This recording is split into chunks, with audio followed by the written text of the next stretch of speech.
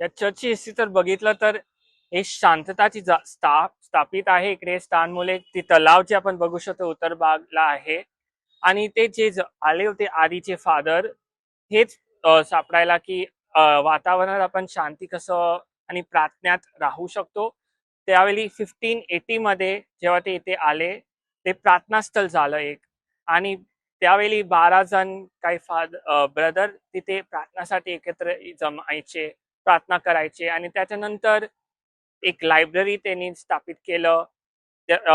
काही वर्षानंतर ही जागा एक एज्युकेशन प्लेस सारखं झालं, जिथे त्यांना थिओलॉजी आणि आर्ट्स विषयी वेगवेगळे गोष्टी शिकवायचे. आणि त्यानंतर बरेचसे सर्व ख्रिस्ती इथे जमायचे. आणि मराठा वॉरच्या नंतर हे चर्च फक्त इथेच राहिलं. त्यामुळे बाकीचे सर्व चर्चेस चे लोक इथे यायचे. आणि या चर्चचं नाव बदललं. आधी हे चर्चला सेंट अँथनी फ्रायरी म्हणून जाणवायचं.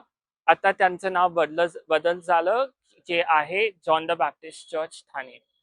आणि त्याच्यानंतर अनेक बदल, ही चर्च खूप मोठी जागा झाली. आणि त्याच्यानंतर आता अजून 6 छोटे छोटे चर्च आहेत इथे तिथे, ज्या या चर्चचे आपण बोलू शकतो रिलेटेड आहे. ओके. आता ख्रिसमस येतोय. अनेक मोठं सेलिब्रेशन या चर्च मध्ये असेल. अनेक फेस्टिव्ह सीझन्स असतील इथे. काय सांगाल त्या संदर्भात?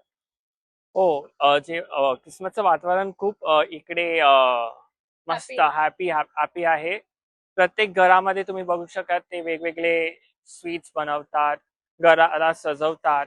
पण विशेष करून जे ख्रिसमसची ते आहे त्या आपल्या हृदयात तयारी असते. आणि विशेष आपली एक मिसा असते 24 तारखेला मिडनाईट, जिथे आपण येशूचं जे जन्मविषयी हा, बर्थडे सेलिब्रेट. बर्थडे साठी तिथे मिसा साजरा केलं जातं.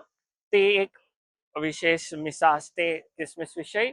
आणि तुम्ही बघू शकता सर्वजण त्यांचे घर खूप सजवतात ख्रिसमसचे. कसं सांगाल इथे काय हे केलेलं सजावट केलेली आहे चर्च साठी? चर्च आता काय चर्चमध्ये काय आत आपण करू शकत नाही, कारण हे एक आर्किओलॉजिकल हेरिटेज साईट आहे. तर काही त्यामध्ये करू शकतो. पण ओके. बाहेर जे तुम्ही पाहू शकता सर्व जे काय लाईट्स केले आहे. आणि क्रिब जे आपण बघू शकतो तिथे. कल्चरल ऍक्टिव्हिटी काय असते इथे?